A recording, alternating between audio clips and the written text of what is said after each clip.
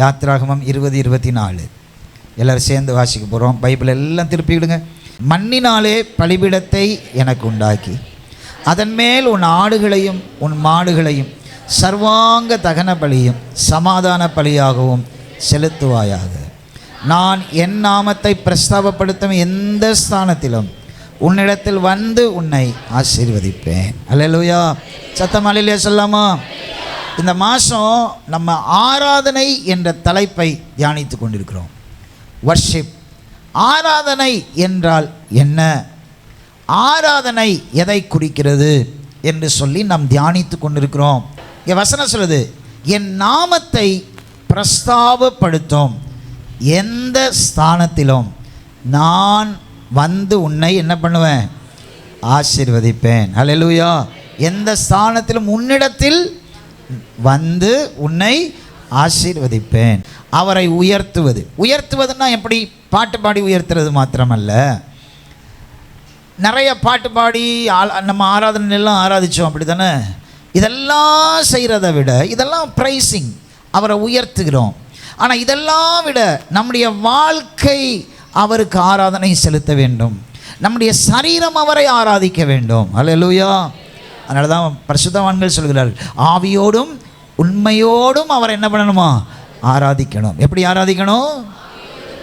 பக்கத்தில் உள்ள பார்த்து சொல்லுங்க, ஆவியோடு ஆராதிக்கணும், உண்மையோடு ஆராதிக்கணும். நம்முடைய வாழ்க்கை தான் உண்மையை சொல்லுது. மூக்குப்படி போட்டுட்டு வந்து உட்காந்து ஆராதிச்சா ஒரு பிரயோஜனமும் கிடையாது. அல்லேலூயா. ஸ்தோத்திரம். நம்முடைய வாழ்க்கை தான் சிறந்த ஆராதனை. ஆமென். அல்லேலூயா. அதை தான் இன்றைக்கி நம்ம படிக்க போகிறோம். இன்றைக்கி செய்தியின் தலைப்பு ஆராதனை அப்படின்னா பலிபீடம், பரிசுத்தம், பரவசம். சொல்லுங்கள் பார்ப்போம். பலிபீடம். எல்லோரும் எழுதிக்கிடுங்க, நோட் வச்சுக்கிடுங்க. எழுத தெரியாதவங்க பிரச்சனை இல்லை, மற்றவங்களாம் எழுதுங்க. சரி, சொல்லுங்கள் பார்ப்போம். பலிபீடம், பரிசுத்தம், பரவசம். சொல்லுங்கள். ஆண்கள் பகுதியில் ஆராதனை என்னென்னா பலிபீடம், பரிசுத்தம், பரவசம். அல்லேலூயா. அல்லேலூயா. நல்ல சத்தமாக இல்லையா? சொல்லுங்கள் பார்ப்போம். இதை மூன்றை தான் நம்ம இன்றைக்கி படிக்க போகிறோம். இந்த மூன்றும் ஆராதனைக்குள் அடங்கியிருக்கிற ஒரு நல்ல அர்த்தமுள்ள ஆராதனை, புத்தி உள்ள ஆராதனை. பரிசுத்த அலங்காரத்தோடே அவர் என்ன பண்ணணுமா? ஆராதிக்கணும், தொழுது கொள்ளணும். அல்லேலூயா. என்னத்தையாவது ஆராதிச்சுட்டு போகிறது ஆராதனை இல்லை. என்னவோ இப்படி காதில் இப்படி வச்சு இப்படி போட்டுட்டு போகிறது ஆராதனை. பனிஷ்மெண்ட் எல்லாம் போய் செஞ்சுட்டு ஸ்கூலில் வாத்தியார் அப்போல்லாம் பனிஷ்மெண்ட் கொடுத்தாங்கன்னா என்ன செய்வாங்க? இப்படி அதுக்கு பேர் என்ன பண்ணணும்? சோப்பு காரணம் போடு. அல்லேலூயா. அது ஆராதனை இல்லை. ஆராதனையில் என்ன இருக்கணும்? பலிபீடம் இருக்கணும். ஃபஸ்ட்டு என்ன இருக்கணும்? பலிபீடம். ரெண்டாவது என்ன இருக்கணும்? ஆராதனைனா ஃபஸ்ட்டு என்ன சொல்லி கொடுத்தோம் ஆன்லைன் ப்ரேயரில்? உறவு. ஆமென். அல்லேலூயா. அதுதான் பிரைமரி, உறவு. ஆண்டவர் 6 நாளில் எல்லாவற்றையும் உண்டாக்கினார். எதற்காக உண்டாக்கினார்? அந்த உறவுக்காக உண்டாக்கினார். அல்லேலூயா. நான் சொல்லுவேன், எதற்காக உண்டாக்கினார்? நீங்கள் சொல்லணும், உறவுக்காக உண்டாக்கினார். எதற்காக ஆண்டவர் பூமியில் உள்ள எல்லாவற்றையும் உண்டாக்கினார்? விறகுக்காக உண்டாக்கினாரா? நல்ல சத்தமாக தான் சொல்லுங்கள். தொண்டை வலி அடி வயிற்றுலேருந்து சொல்லுங்கள் பார்ப்போம். உறவுக்காக. அல்லேலூயா. உறவுக்காக உண்டாக்கினார். ஆமென். அல்லேலூயா. 7வது நாளை எதற்கு உண்டாக்கினார்? உறவு கொள்ள உண்டாக்கினார். அல்லேலூயா. ஓய்வு நாள்னா அதுக்கு அர்த்தம் தான். ஓய்வு நாள் அர்த்தத்தை சொல்லிகிட்டே இருக்கக்கூடாது. உறவு கொள்ள உண்டாக்கினார், உறவுக்காக உண்டாக்கினார். அடுத்தது என்ன பண்ணார்? உறவு கொள்ள கல்யாணம் வயசில் இருக்கிற பொண்ணுக்கு என்ன பார்க்குறாங்க? மாப்பிள்ளை பார்க்குறாங்க. அடுத்தது என்ன பார்க்குறாங்க? அவளை கட்டி கொடுக்குறதுக்கான எல்லா தேவைகளையும் அவங்க ரெடி பண்ணுறாங்க. ஆயத்தம் நடக்குது. இப்போ மணவாட்டிக்காக மணவாளன் ஆயத்தப்படுத்துகிறார். ஏதேன் தோட்டத்தை ஆயத்தப்படுத்துகிறார். எல்லாவற்றையும் உருவாக்குகிறார். ஏன்னா அவன் மேலே ஒரு ஆசீர்வாதம் இருக்குது. அவன் பலுகி பெருகி பூமியை நிரப்ப வேண்டியவன். ஏதேன் தோட்டத்தை நிரப்ப வேண்டியவன் அல்ல, பூமியை நிரப்ப வேண்டியவன். அல்லேலூயா. அதனால தான் சொல்கிறேன், மாமானுக்கு கட்டி வைக்காதுங்க. மாமா பொண்ணே கட்டாத. சொந்தத்தை என்ன பண்ணணும்? விஸ்தாரமாக்கணும். அதனால தான் ஃபஸ்ட்டு நான் விஸ்தாரமாக்கிட்டு இருக்கேன். ஆமென். அல்லேலூயா. நல்ல கவனிங்க. அப்போ ஒரு பெண்ணை கட்டி கொடுக்கறதற்கு தகப்பன் எல்லாவற்றையும் சம்பாதித்து வைத்தது போல ஆண்டவர் 6 நாளும் மணவாட்டியாகிய உங்களுக்கும் எனக்கும் எல்லாத்தையும் சவதரித்து வைத்தார். அல்லேலூயா. இதை சொன்ன உடனே கையை உயர்த்தி நல்ல ஒரு அல்லேலூயா வர வேணாமா? அல்லேலூயா. அவர் எல்லாவற்றையும் சமதரித்து வைத்தார், எல்லாவற்றையும் சேர்த்து வைத்தார். ஓம் பலத்தில் ஓடாத, நான் சம்பாதிக்கிறேன், நான் செய்கிறேன், நான் வாழ்வேன். இல்லை இல்லை இல்லை பிரதர் சிஸ்டர், கர்த்தர் வச்சதை தான் நீ தேடி கண்டுபிடிச்சிக்கிட்டு இருக்கிற. அல்லேலூயா. இந்த உலகத்தில் உள்ள எல்லாம் அவர் நமக்காக படைத்தது. அவரை ஆராதிக்கிறதுக்கு தோணலைன்னா சொல்லணும், எனக்காக எல்லாவற்றையும் உண்டாக்கி வைத்திருக்கிறீரே ஆண்டவரே. ஆமென். அல்லேலூயா. எனக்கு எவ்வளோ நல்ல பலனை கொடுத்துருக்குறீங்க, எனக்கு நல்ல பிள்ளைகளை கொடுத்துருக்குறீங்க. அல்லேலூயா. சொல்லுங்கள் பார்ப்போம் கையை உயர்த்தி, நீர் செய்திருக்கிற எல்லாவற்றிற்காக நன்றி செலுத்துகிறேன். ஆமென். எல்லாத்தையும் உண்டாக்கி வச்சார். 7வது நாளில் அந்த உறவை உட்கார்ந்து அனுபவிக்கிறதுக்காக உண்டாக்கி வைத்தார். அல்லேலூயா. நீ வா, நானும் வர்றேன், நம்ம 2 பேரும் முகமுகமாய் பார்ப்போம், பேசுவோம், ஒருவரை ஒருவர் விசாரிப்போம். நீ என்ன ஆராதி, நான் உனக்கு எல்லாவற்றையும் செய்வேன். ரிலேஷன்ஷிப்பை கட்டி வைக்கிறதுக்காக தான் அந்த 7வது நாள். அல்லேலூயா. எல்லாத்தையும் சவதரித்து வச்சுட்டு பத்திரிக்கையெல்லாம் ஊரில் கொண்டு போய் கொடுத்து எல்லாம் ரெடி பண்ணிவிட்டு கல்யாண டேட்டு. அந்த கல்யாணம் முடிகிறப்ப அந்த தாயும் தகப்பனையும் பார்த்துருக்கீங்களா? கண்ணெல்லாம் என்ன பண்ணும்? கண்ணீரால் நிரம்பி இருக்கும். வாழ்க்கையில் ஒரு பெரிய சாதனை, தன் மகளுக்கு ஒரு நல்ல வாழ்க்கையை என்ன பண்ணிட்டோம். அப்படி தான் அந்த 7வது நாள் அப்பாவை ஆராதிக்க வரும்போது நன்றியோடு வரணும். அல்லேலூயா. ஒரு அல்லேலூயா சொல்லுங்கள் பார்ப்போம். வெள்ளிக்கிழமையே சட்டை பேண்டெல்லாம் அயன் பண்ணி வச்சிடணும். அந்த நாளுக்காக ஏங்கணும். அப்பா வீட்டுக்கு நான் வரப்போகிறேன். அல்லேலூயா. ஸ்தோத்திரம். அதுதான் ஆராதனை. உடல், உள்ளம், சிந்தை, கண்கள், கால்கள் ஏங்கணும். ஏங்குதா? எத்தனை பேர் ஏக்கத்தோடு இன்னைக்கு காலையில் வந்தீங்க?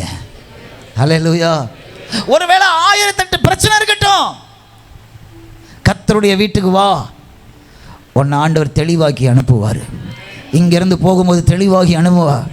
இங்கே வராமல் இருந்தனா உன் குழப்பம் இன்னும் அதிகமாயிரும். ஆமென். அல்லேலூயா. சத்தமா அல்லேலூயா சொல்லுங்க. ஆமென். கர்த்தருடைய வீட்டுக்கு வர வர வர வர இங்கே அப்பமும் உனக்கான ரசமும் காத்திருக்கிறது. உன் ஆவிக்குரிய உணவை கர்த்தர் இங்கே வைத்திருக்கிறார். அல்லேலூயா. கையை உயர்த்தி அசைத்து அல்லேலூயா சொல்லுங்க. Praise God. அல்லேலூயா.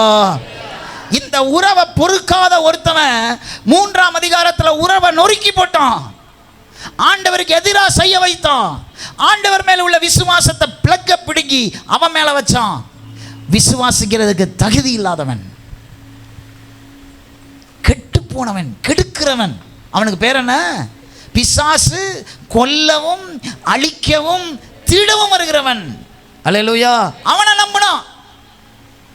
யாரை நம்பணுமோ அவளை நம்பாம, யாரை நம்பக்கூடாதோ அவனை நம்ப வச்சான். ஆமென். அல்லேலூயா. சொல்லுவான், அந்த ஜோசியம் போய் பாரு, அங்கே போய் பாரு. 2 வாரத்துக்கு முன்னாடி ஒரு சகோதரி வந்திருந்தாங்க. இங்கே இருக்கிற ஒரு சகோதரி தான் கூட்டிகிட்டு வந்திருந்தாங்க. அவங்க மேலே ஓனா முடிஞ்சிருச்சான்.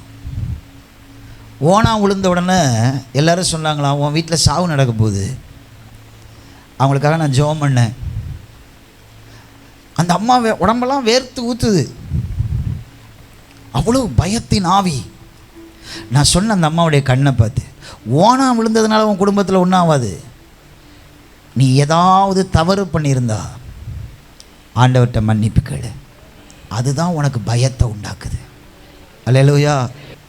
ஆண்டவர் எல்லாவற்றையும் உண்டாக்கினார். எல்லாவற்றையும் கெடுக்கிற ஒருத்தவனுக்கு மனுஷன் இடம் கொடுத்தான். நான் சொல்கிறேன், நல்ல நேரம் கெட்ட நேரம் ஜோசியம் அது இது இதெல்லாம் பார்க்காத. ஆண்டவர் உன்னை நல்ல நேரத்துக்காக தான் உண்டாக்கி வச்சிருக்கிறார். நீ என்னைக்கு உன் தாயின் கற்பத்திலேருந்து கீழே விழுந்தியோ அன்னையிலேருந்து உன் வாழ்க்கையை வாழ முடியும் என்பதனால தான் கர்த்தர் உன்னை உண்டாக்கி இந்த பூமியில் விட்டார். விசுவாசிக்கிறவங்க எல்லாம் கையை உயர்த்தி ஒரு அல்லேலூயா சொல்லணும். நான் ஏன் இப்படி இருக்கேன், நான் ஏன் ஏழையாக இருக்கேன், எனக்கு ஒன்றும் இல்லை, புலம்பாத, உனக்கான வழியை தேர்ந்தெடு. அல்லேலூயா. ஏவாள் பிசாசுக்கு அடிமையானாள். ஆனால் அதோட ஆண்டவர் அப்படியே மனுஷ ஜென்மத்தை விட்டுடல. 4ஆம் அதிகாரத்தில் அவனுக்குள்ள ஒரு உணர்வை உண்டாக்குகிறார். பலிபீடத்தை கட்டு, நீயும் நானும் திரும்ப பேச ஆரம்பிப்போம். அல்லேலூயா. சொல்லுங்க பார்ப்போம். பலிபீடத்தை கட்டு. சொல்லுங்க எல்லாரும்.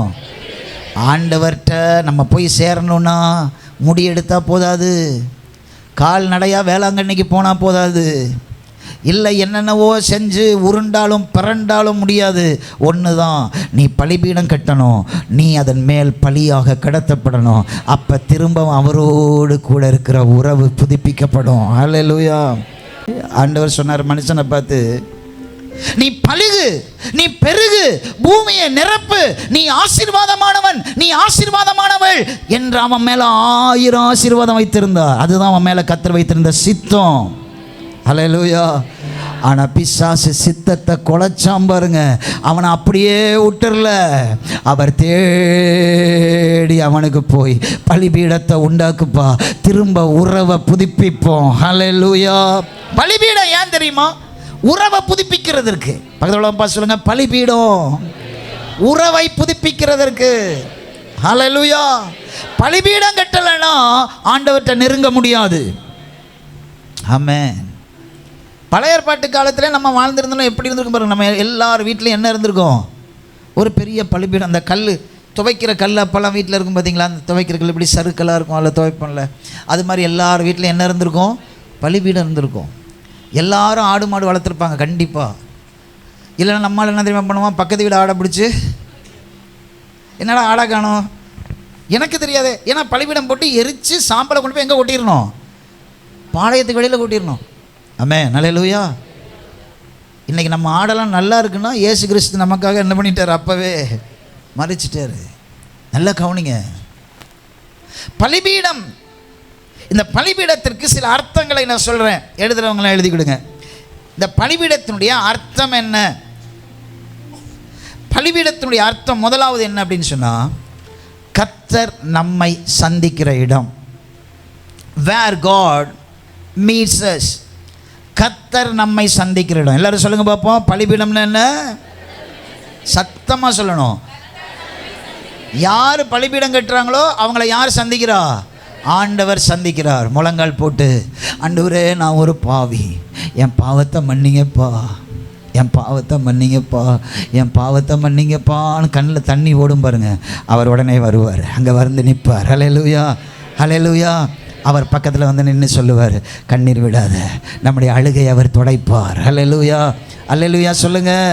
ஹல்லேலூயா சொல்லுங்க. நம்ம எங்கே அதுக்காக அழுகுறோம்? நம்ம எதுக்காக அழுகுறோம்?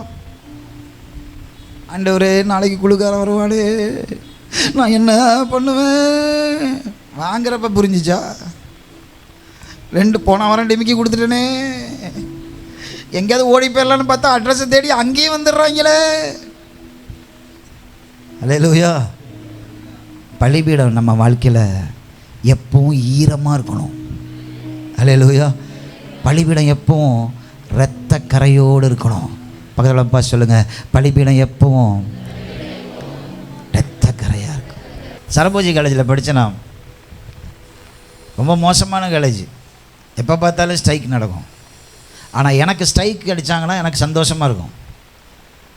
நேராக காலேஜுக்கு பின்னாடி ஒரே காடாக இருக்கும். இப்போல்லாம் நல்லா சூப்பராகிடுச்சு, ஆள் நடமாட்டமே இருக்காது, கொலை பண்ணி போட்டால் விட தெரியாது. அங்கே ஒரு புளியா மரம் இருக்கும், ஒரு வேப்ப மரம் இருக்கும். அதன் கீழே போய் உட்காந்து ஆண்டவரை பார்த்து கைகளை உயர்த்தி, யாரும் இருக்க மாட்டாங்க, ஆண்டவரே என்னை குறித்து என்ன திட்டம் வச்சுருக்கிறீங்க, என்னை குறித்து என்ன நோக்கம் வச்சுருக்கிறீங்க. வீட்டுக்கு போகணும், மாட்டுக்கு சாணி அள்ளி போடணும், நிறையா வேலையெல்லாம் இருக்கும். வீட்டுக்கு போனால் ஜெபம் பண்ண முடியாது. உட்காந்து கண்ணீரோடு மணிக்கணக்காக ஜெபம் பண்ண நாட்கள்லாம் உண்டு. இந்த பலிபீடத்தை நம்ம சரி பண்ண நம்ம வாழ்க்கை அவர் கைக்குள்ளே மாறிக்கிட்டே இருக்கும். அதனால தான் அவரும் நம்மளும் மீட் பண்ணுற இடம். ஹல்லேலூயா. பலிபீடம் எதுக்கு? அவரும் நம்மளும் பார்க்குறதுக்கு. சொல்லுங்கள் பார்ப்போம். அவரும் நம்மளும் பார்க்குறது. பலிபீடம் எதுக்கு? பாவத்தோடு அவரை பார்க்க முடியாது. அவர் நீதி உள்ளவர், பாவத்தை காணாத சுத்த கண்ணர். ஹல்லேலூயா. நம்முடைய வாழ்க்கையில் பாவம் வராமல் இருக்காது. யாராவது பரிசுத்தவான் இருக்கீங்களா? பாவம் செய்யாமல் இருக்க முடியாது, பாவம் வரும். ஆனால் அடுத்த நிமிஷம் ஓடி போயிடணும், பலிபீடத்தை கட்டிடணும். என் மீதா இத்தனை அன்பு இயேசு ராஜா. இப்போ பண்ணிட்டோன்னா மனுஷனை பார்க்க கஷ்டமாக இருக்கும்ல, ஆனால் அவரை பார்க்க கஷ்டப்படக்கூடாது. நல்லா இருக்கிற நேரத்தில் அவரை பார்க்க வெட்கப்படுறதை விட பாவம் செஞ்சோன்னே வெட்கப்படக்கூடாது. நிர்வாணமாக அவருக்கு முன்னாடி நிற்கணும். ஹல்லேலூயா. நான் அப்படி தான்ப்பா, என்னால் முடியல, என்னை தூக்கிடுங்கப்பா, என் பலிபீடத்தை கட்டிடுங்கப்பா. உன்னை நிறுத்துவார், உன்னை நிறுத்துவார். இன்னைக்கு எங்கே விழுந்து கிடக்கிற? உன் தனிப்பட்ட அறை எவ்வளோ அசிங்கமாக இருக்கு. தன் பாவங்களை மறைக்கிறவன் அதை அறிக்கை செய்து இரக்கம் பெறுவான். எல்லாரும் சொல்லுங்க பாப்போம். பாவம் மன்னிக்கப்படுகிற இடம் பலிபீடம். ஹல்லேலூயா. பலிபீடம் கட்டப்படலைன்னா சாபம் உன்னை விடாது. உங்க தாத்தா செஞ்ச சாபம், உன் தாத்தாவுடைய தாத்தா செஞ்ச சாபம் விடாது. மன்னிப்பு பெறணும். ஃபாதர்கிட்ட மன்னிப்பு பெடுத்தா போதாது, ஃபாதர்கிட்ட மன்னிப்பு பெறணும். பரலோகத்தில் இருக்கிற பிதாவே. ஹல்லேலூயா. இயேசு சொல்லி கொடுத்தாரு ஜெபம். பரமண்டலத்தில் இருக்கிற எங்கள் ஆமென். ஹல்லேலூயா. சூசையப்பர் கோயிலில் இருக்கிற ஃபாதர் மன்னிப்பு கொடுக்க முடியாது. மேலே பரமண்டலத்தில் இருக்கிறாரு. சொல்லுங்கள், எங்கே இருக்கிறாரு? அப்பா எங்கே இருக்கிறாரு? சொல்லுங்கள், எல்லாரும் வாயை திறந்து சொல்லுங்கள். அவர் நம்முடைய பாவத்தை மன்னிக்கணும். ஹல்லேலூயா. பாவத்தை மன்னிச்சிருக்கிறாரா? இன்னும் மன்னிச்சிருக்கிற நம்பிக்கை இல்லைன்னா பலிபீடம் கட்டு, ஃபர்கிவ்னஸ் வரும். ஆமென். ஹல்லேலூயா. மூணாவது பலிபீடம் என்ன? ஆராதிக்கிற இடம். பலிபீடம் எதற்கு? ஆராதிக்கிற இடம். சபைக்கு வந்து கர்த்தரை ஆராதிக்கும் போது இது ஒரு ட்ரெடிஷன் இல்லை, ஒரு பாரம்பரியம் இல்லை.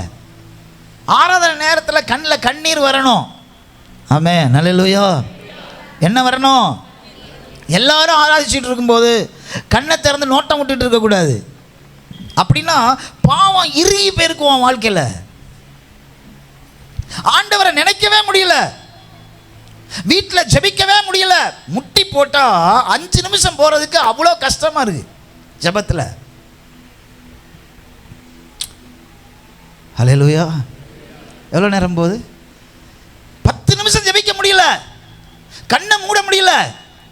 பேயா வருது கண்ணுக்கு முன்னாடி, இருட்டாக இருக்குது கண்ணுக்கு முன்னாடி, ஜெபம் பண்ணவே முடியல. என்ன அர்த்தம்? உறவு அந்து போய் கிடக்கு, பாவம் கடினமாக இருக்கு. சர்ச்சில் வந்தால் தூக்கம் வருது, பாவம் இறுகி போயிருக்கு. என்ன வியாதி எதுக்கு வருதுன்னே தெரியல, உள்ள வருது. டெய்லி வியாதி, சம்பாதிக்கிறதெல்லாம் வியாதி. பாவம் இறுகி போயிருக்கு, தொடர்றதெல்லாம் நஷ்டம். பாவம் இறுகி போயிருக்கு. மன்னிக்கப்படாமல் மன்னிக்கப்படாமல் மன்னிக்கப்படாமல் பாவத்தின் மேல் பாவம், பாவத்தின் மேல் பாவம். பலிபீடம் கட்டப்படல, இறுகிடுச்சு. இறுகினதுனால தான் உன் வீட்டுக்குள்ள சாபத்தின் மேல சாபம், பாவத்தின் மேல பாவம். இயேசு கிறிஸ்துவின் இரத்தம் சகல பாவங்களையும் நீக்கி உன்னை சுத்திகரிக்கிறது. இன்னைக்கு காலையில் ஆராதிக்க ஆராதிக்க நம்ம வாழ்க்கை பரிசுத்தமாகுது. ஹல்லேலூயா. சொல்லுங்க பாப்பா. ஆராதிக்க ஆராதிக்க என்ன வருது? பக்தி வரல, என்ன வருது? பரிசுத்தம் வருது. எங்கேயாவது போய் பாடினா பக்தி வரும், பக்தி வரும். ஆராதிக்க வரும்போது, ஆராதிச்சுட்டு போகும்போது ஒரு நம்பிக்கை நம்ம இருதயத்தில் இருக்கணும். என்ன தெரியுமா? என் பாவத்தெல்லாம் ஆண்டவர் மன்னிச்சிட்டாரு. ஹல்லேலூயா. கையை உயர்த்தி வரலையா சொல்லுங்க பார்ப்போம். இன்னையிலேருந்து ஒவ்வொரு ஞாயிற்றுக்கிழமை சபைக்கு வந்துட்டு திரும்ப போகும்போதும் ஒரு நம்பிக்கையோடு சபையை விட்டு போனோம். என்ன தெரியுமா? கர்த்தர் என்னை பரிபூர்ணமாக சுத்திகரித்து அனுப்புகிறார். உச்சந்தலையிலேருந்து உள்ளங்கால் வரையிலும். கொஞ்சம் கஷ்டமாக தான் இருக்கும், ஆனால் உனக்கு நித்திய நித்தியமான ஆசீர்வாதம் காத்திருக்கு. ஹல்லேலூயா. இந்த பலிபீடத்தை கட்ட தெரிஞ்சுக்கிட்டேன்னா உன் வாழ்க்கை வேறு மாதிரி மாறிடும். ஹல்லேலூயா. எழும்பி நின்று 1000 பேருக்கு பிரசங்கம் பண்ண ஆரம்பிச்சிருவேன். ஹல்லேலூயா. அநேகருடைய வாழ்க்கையை மாற்ற ஆரம்பிச்சிருவேன். ஆமேன். வர மாட்டேங்குது. ஹல்லேலூயா. ஆராதிச்சுக்கிட்டு போகும்போது என்ன உண்டாகணும்? உள்ள வச்சு வெளுத்தது மாதிரி சபை முடிஞ்சு போகும்போது வந்த பாரத்தோடு போகக்கூடாது. ஹல்லேலூயா. போகும்போது சந்தோஷமாக பிரகாசமாக இருக்கும். எல்லோரும் மூஞ்சில் கையை வைக்க பார்ப்போம். மூஞ்சில் கையை வைங்க. உங்களுக்கு எந்த இடத்துல வைக்கணும்னு தோணுதோ அங்கே வைங்க. சொல்லுங்கள், என் முகத்தை பிரகாசமாக்க ஆண்டவரே. ஹல்லேலூயா. யாராவது உங்களை பார்த்து சொல்லியிருக்காங்களா? சர்ச்சுக்கு போயிட்டு வந்தோன்னே உங்கள் முகம் பிரகாசமாக இருக்கு, நல்லா தெளிவாக இருக்காங்களே, சொல்லியிருக்காங்களா? யாராவது சொல்லியிருக்காங்களா? சொல்லியிருக்காங்கன்னா கை தூக்கி கேட்டுங்க. சர்ச்சுக்கு போக ஆரம்பிச்சக்கப்புறம் நீங்கள் நல்லா இருக்கீங்க அப்படின்னு யாராவது சொல்லியிருக்காங்களா? சிலதை சொல்லலை. நீ எங்கே போனாலும் விளங்க மாட்டேன்னு சொல்கிறாங்கன்னு அர்த்தம். நீ 1000 சர்ச்சுக்கு போனாலும் நீ என்ன பண்ண மாட்ட? இங்கேயே போய் நீ விளங்கலைன்னா வேற எங்கே போய் விளங்க போகிற? ஹல்லேலூயா. கர்த்தருடைய பிரசன்னத்துக்கு வர வர வர வர பலிபீடத்துக்குள்ள வர வர வர வர வர என்ன வரணும்? பரிசுத்தம் வரணும். ஹல்லேலூயா. பக்கத்துல பாஸ் சொல்லுங்க, பலிபீட பலியிட பலியிட பரிசுத்தம் வரணும். தேவ பிரசன்னத்துக்குள்ளே இருக்க இருக்க இருக்க அவனுக்கு மாத்திரம் இல்லை, உங்கள் எல்லாருக்கும் தான் சொல்கிறேன். ஆராதிக்க ஆராதிக்க ஆராதிக்க நம்ம லைஃப் ஸ்டைல் மாறிக்கிட்டே இருக்கணும். ஏதோ சர்ச்சுக்கு போனோம் 2 மணி நேரம் உட்காந்து கை தட்டணும். ஆராதிக்க ஆராதிக்க மறுரூபமாகிட்டே இருக்கும். நம்ம லைஃப் ஸ்டைல் மேலே போயிட்டே இருக்கும். ஏன்னா ஆராதிக்கிற இடம் அவரும் நாமளும் சந்திக்கிற இடம். ஆராதிக்கிற இடம் நம்மளை பரிசுத்தப்படுத்துகிற இடம். ஆராதிக்கிற இடம் நம்மளை அலங்கரிக்கிற இடம். வீட்டுக்குள்ளே போய் இந்த வாரம் ஃபுல்லாக பலிபீடம் கட்டிக்கிட்டே இருக்கணும். ஹல்லேலூயா. உங்கள் வீட்டுக்குள்ளே யாராவது பிசாசு பிடிச்சவங்க வந்தாங்கன்னா மயக்கம் போட்டு விழணும். அடுத்த வாரம் சாட்சி சொல்லணும். உங்கள் வீட்டை சுற்றில அக்கினி எரியுது, என்னால் நிற்கவே முடியல சொல்லணும். ஆல்டர் எங்கே இருக்கோ அங்கே அக்கினி இருக்கும். அக்கினி எங்கே இருக்கோ பிசாசல் அக்கினிக்கு முன்னாடி நிற்க முடியும். புரியுறவங்களாம் ஒரு அல்லேலூயா சொல்லுங்க பார்ப்போம். ஆமென். ஹல்லேலூயா. நெக்ஸ்ட், ஆல்டர் எதை காண்பிக்கிறது? 3 சொல்லியிருக்கேன், அப்படி தானே? பலிபீடம் கவனன்ட், உடன்படிக்கையை காண்பிக்கிறது. உடன்படிக்கை. ஆண்டவர் ஆபிரகாமோடு என்ன பண்ணாரு? உடன்படிக்கை பண்ணாரு. ஆராதனை ஆல்டரை உருவாக்குது. அந்த பலிபீடம் எதை காண்பிக்கிறது? உடன்படிக்கையை காண்பிக்கிறது. ஹல்லேலூயா. சொல்லுங்க பார்ப்போம். மஞ்சள் தாலி கட்டியிருக்கீங்களா? அது என்னது? உடன்படிக்கை. தேடி பார்க்குறீங்க இப்போ தான் சார். ஐயோ பாஸ்டர் சொன்னதான் ஞாபகம் வருது. இருக்கா? இதை கும்பிட்டு பிரச்சனை இல்லை, அங்கே தூக்கி போட்டு மிதிக்கிறது, இங்கே கும்பிடுறது. நல்ல கவனிங்க. கவனன்ட், உடன்படிக்கை. ஆராதிக்கும் போது உடன்படிக்கை உண்டாகிறது. அந்த உடன்படிக்கை என்ன தெரியுமா? நான் உனக்கு, நீ எனக்கு. ஹல்லேலூயா. ஒரு அல்லேலூயா சொல்லுங்க பார்ப்போம். அப்படி ஒரு உறவு வந்துருச்சுன்னு வச்சிங்களேன், என்ன நடந்தாலும் ஜபாரைக்குள்ளே ஓடுவோம், மனுஷனை தேடிட்டு போக மாட்டோம். ஒரு பிரச்சனையா, ஆண்டவரே நீங்கள் என்ன காப்பாற்றுங்கப்பா, நீங்கள் என் கூட நில்லுங்கப்பா, இந்த போராட்டத்தில் என் கூட நில்லுங்கப்பா. ஹல்லேலூயா. ஹல்லேலூயா. அதை பழக்கமாக்குங்க. ஒரு பிரச்சனை எடுத்துகிட்டு ஃபோனை எடுத்துகிட்டு ஓடாதுங்க. வெளியே வர முடியல, என்ன செய்யறதுன்னு தெரியல, அறையை பூட்டுங்க. அறையை பூட்டுங்க. உடன்படிக்கை செய்தவரோடு கூட போராடுங்க. ஹல்லேலூயா. ஹல்லேலூயா. ஆபிரகாமுக்கு ஒரு நாள் அவன் வாழ்க்கையில் ஒரு பயங்கரமான பிரச்சனை வந்துச்சு. சொந்த மனைவியால் அவன் கையை பிடிச்சார் ஆண்டவர். இங்கே வா, உன் இஷ்டத்துக்கு ஆடிக்கிட்டு இருக்க, இங்கே வா. அவன் கையை பிடிச்சி அவனோடு கூட உடன்படிக்கை பண்ணார். அப்போ சொன்னார் அவனை பார்த்து, நீ எனக்கு முன்னாடி எப்படி இருக்கணும்? உத்தமனாக இருக்கும். சொல்லுங்கள் பார்ப்போம். யாருக்கு முன்னாடி சொல்லுங்கள்? யாருக்கு முன்னாடி? பாஸ்டருக்கு முன்னாடி இல்லை, யாருக்கு முன்னாடி இல்லை, யாருக்கு முன்னாடி உண்மையாக இருக்கணும். ஏன்னா அவருக்கும் நமக்கு நடுவில் ஒரு ஒப்பந்தம் இருக்குது. அவரை கஷ்டப்படுத்தக்கூடாது, மனசு அவரை கஷ்டப்படுத்தக்கூடாது. யாரை கஷ்டப்படுத்தினாலும் பிரச்சனை இல்லை, அவரை கஷ்டப்படுத்தக்கூடாது. அவரை சொல்லணும், நான் வாழ்கிறதே உங்களுக்காக தானேப்பா, நான் வாழ்கிறது உங்களை சந்தோஷப்படுத்தணும்ப்பா. ஒரு 100 தடவை ஒரு நாள் சொல்லணும், உங்களை சந்தோஷப்படுத்தணும். எனக்கு ஒரு 2 மணி நேரம் 3 மணி நேரம் ஆண்டவருடைய சமூகத்தில் உட்காந்து ஜெபம் பண்ணேன்னு வச்சிங்களேன், எனக்கு ரொம்ப சந்தோஷமாக இருக்கும். ஒரு நாள் ஜெபிக்கலைன்னு வச்சுங்க, வெளியில் சந்தோஷமாக இருப்பேன், உள்ளே கொதிச்சுக்கிட்டே இருக்கும். ஆண்டவர் என்னை ஃபுல்லாக உங்கள் சமூகத்தில் உட்காரலையே, வேஸ்ட்டாக நேரத்தெல்லாம் கழிச்சிட்டனே, உள்ளே கொதிக்கும். அது இருக்குது அப்படின்னா உடன்படிக்கை இன்னும் முறிந்து போகாமல் இருக்குதுன்னு அர்த்தம். ஹல்லேலூயா. அருமையான விசுவாசியே, இந்த 8வது மாதம் ஆராதனையை குறித்து படித்து கொண்டிருக்கிற விசுவாசியே, உன்னோடு அவர் உடன்படிக்கை பண்ணியிருக்கிறாரு. எப்படி உடன்படிக்கை பண்ணியிருக்காரு தெரியுமா?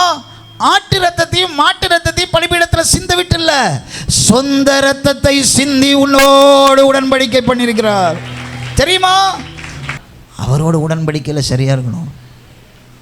சும்மா அவரை குறை சொல்லிட்டு கூடாது. எனக்கு அதை செய்யலை இதை செய்யலை. நான் கேட்குறேன், உடன்படிக்கையில் சரியாக இருக்கிறியா? நீ உடன்படிக்கையில் சரியாக இருந்தால் அவர் எல்லாத்தையும் உனக்காக தானே உண்டாக்கி வச்சிருக்கிறாரு.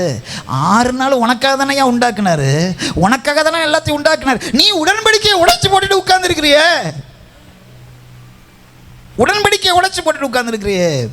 உன் விசுவாசம் சோர்ந்து போச்சே. யாரோ சொன்னா? பொண்டாட்டி தான்.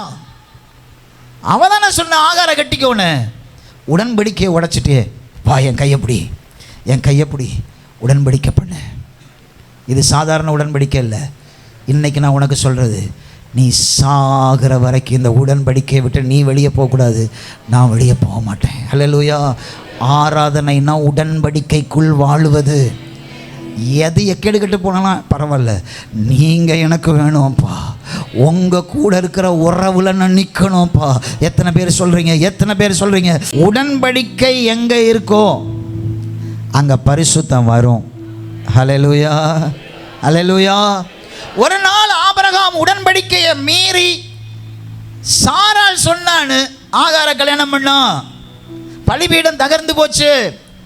21 அதிகாரம் வரைக்கும் பலிபீடம் இல்லை, தோப்பு உண்டாக்கினோம்.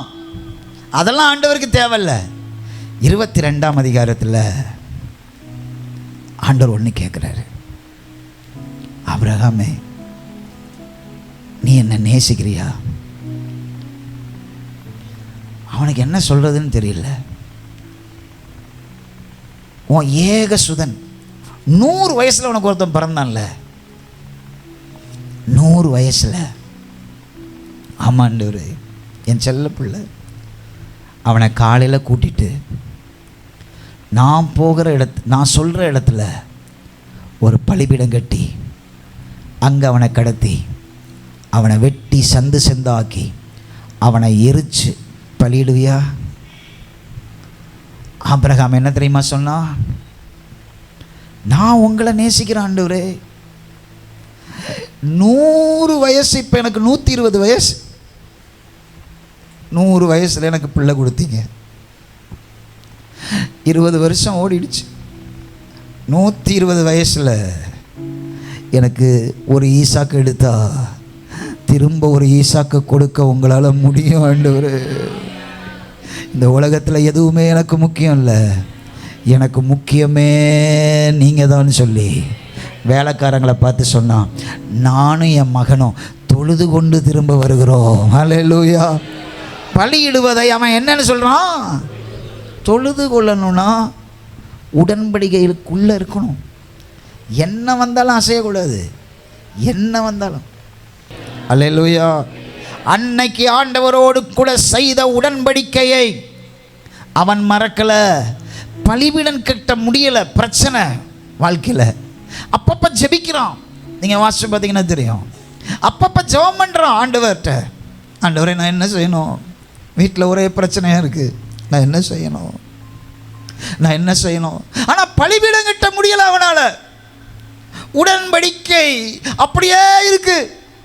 இப்போ ஆண்டவர் கேட்குறார், ஆபிரகாமே, தொழுகிறவனே, நீ தோப்பு உண்டாக்குறதெல்லாம் நல்லது தான், ஆனால் எனக்கு தோப்பெல்லாம் வேணாம்ப்பா.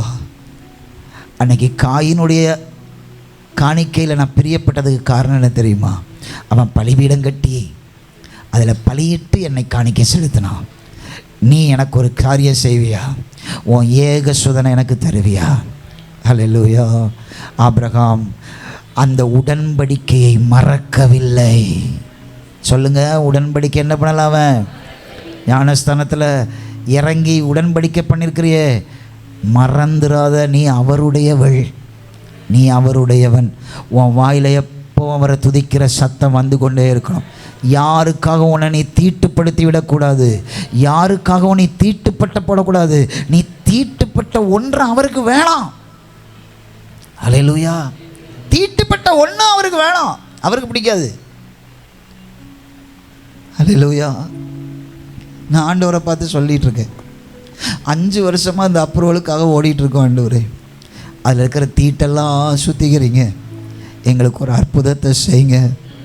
தீட்டானவைகள் மேல் அவருடைய அக்கினி வந்து இறங்காது. உன் வாழ்க்கையில் எங்கே தீட்டு இருந்தாலும் இன்றைக்கி உடன்படிக்கைக்குள்ளே திரும்ப வந்துரு, உடன்படிக்கைக்குள்ளே திரும்ப வந்துரு. ஆராதனை என்றால், தொழுகை என்றால் உடன்படிக்கை. அல்லேலூயா.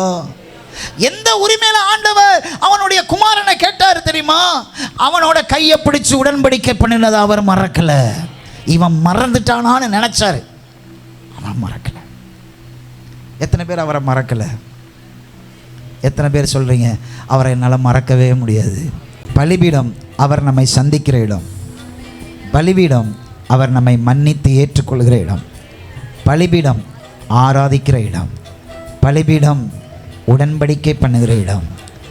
5வது பலிபீடம் பரவசமான இடம். ஹல்லேலூயா. பரவசமான இடம். பரிசுத்தம் எங்கே வந்துச்சோ, எங்கே அவருக்கு நம்மை ஒப்பு கொடுத்து அவருக்கு கீழ்ப்படுகிறோமோ அங்கே பரிசுத்தம் வரும் பாருங்க. பரிசுத்தம் வந்த பிறகு நம்ம வாழ்க்கையை அவர் பரவசமாய் மாற்றுகிறார். அல்லேலூயா. சங்கீதம் 37:4 வாசிங்க. கர்த்தரிடத்தில் மனமகிழ்ச்சியாயிரு, கர்த்தரிடத்தில் மனமகிழ்ச்சியாயிரு. அவர் உன் இருதயத்தின் வேண்டுதல்களை, அவர் உன் இருதயத்தின் வேண்டுதல்களை எல்லாம் உனக்கு அருள் செய்வார், உனக்கு அருள் செய்வார். அல்லேலூயா. பக்கத்துல உள்ள அப்பா சொல்லுங்க, டிலைட். ஆமென். அல்லேலூயா. கர்த்தரிடத்தில் மனமகிழ்ச்சி அப்படின்றதுக்கு ஆங்கிலத்தில் என்ன தெரியுமா சொல்லப்பட்டிருக்கிறது? டிலைட். டிலைட் அப்படின்னு சொன்னால் பரவசம் என்ற அர்த்தம். ஆண்டவர்கிட்ட பரவசமாக இரு, அவர்கிட்ட பரிசுத்தமாக இரு, நீ என்ன கேட்டாலும் உனக்கு செய்வார். அப்பா சொல்லுவார்ல, நல்ல படி, நீ என்ன கேட்டாலும் வாங்கி தரேன். சைக்கிள் வேணும்ப்பா, நல்ல படி, நான் உனக்கு வாங்கி தரேன். நல்ல பிள்ளைன்னு பேரிடு, உனக்கு என்ன வேணாலும் நான் வாங்கி தரேன்டா சொல்லுவாராப்பா. அப்படி தான் அப்பா சொல்கிறாரு, என்கிட்ட நெருங்கி வா, என் பரிசுத்தத்தை நீ அணிஞ்சு கொள்ளு, நான் உன்னை பரவச நிலைமையில் வச்சிருக்கிறேன். அல்லேலூயா. வசனம் சொல்லுது, நீங்கள் என்னிலும் என் வார்த்தை உங்களிலும் நிலைத்திருந்தால் நீங்கள் கேட்டுக்கொள்வது எதுவோ அது உங்களுக்கு அருளப்படும். அல்லேலூயா.